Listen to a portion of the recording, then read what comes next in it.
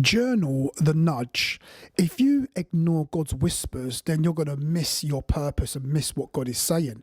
So when you feel or God puts on your heart, He gives you a word, He gives you a word of direction, but you're not too sure.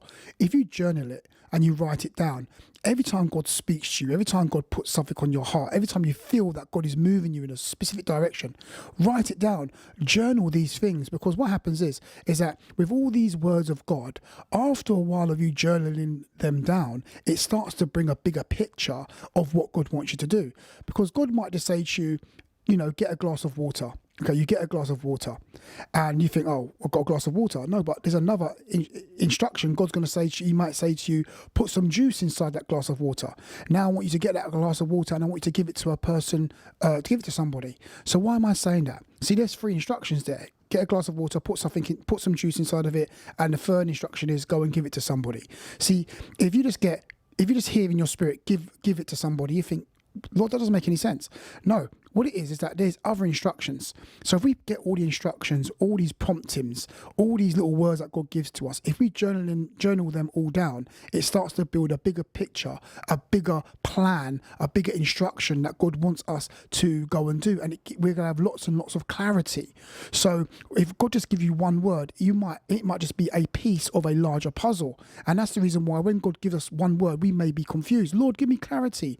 Well, the clarity is that there's another word coming. There's going to be a building revelation on what God has said. But if we journal these things down, we can start to build up this bigger picture. It's like when God said in the Garden of Eden, He said to the enemy, to Satan, He said that the seed of the woman shall crush your head and your seed shall bruise his heel. It was a prophecy, the first prophecy of the Messiah. But when we read that prophecy by itself, it's like, what is this talking about? But as we start going through the word, we start seeing the breadcrumbs of the Messiah, different prophecies, more information that builds a bigger picture. So when Christ turned up, we knew He was the Messiah by the previous prophecies that was prophesied about His coming. So the same with us.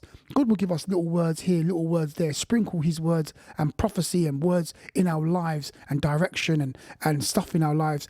If we journal it all down, we start to get this bigger picture of what God wants us to do, where God wants us to go, and what God wants us to say. And we don't have to pray for clarity because we've been listening and journaling and taking note of what He said. We've got the big picture. We've got the full plan. Okay. So a lot of times we want clarity or you're not sure what to do is because God's given you certain words already, but you haven't written them down. You haven't logged onto it. You haven't taken note of it. You haven't taken a mental note of it. You haven't really sat down and absorbed what He's saying in that one word. So we need to get them all together, journal it down, make notes of all these little promptings that God gives to you, and you'll get a big picture with clarity. You'll have the bigger picture. You'll have all the pieces, all the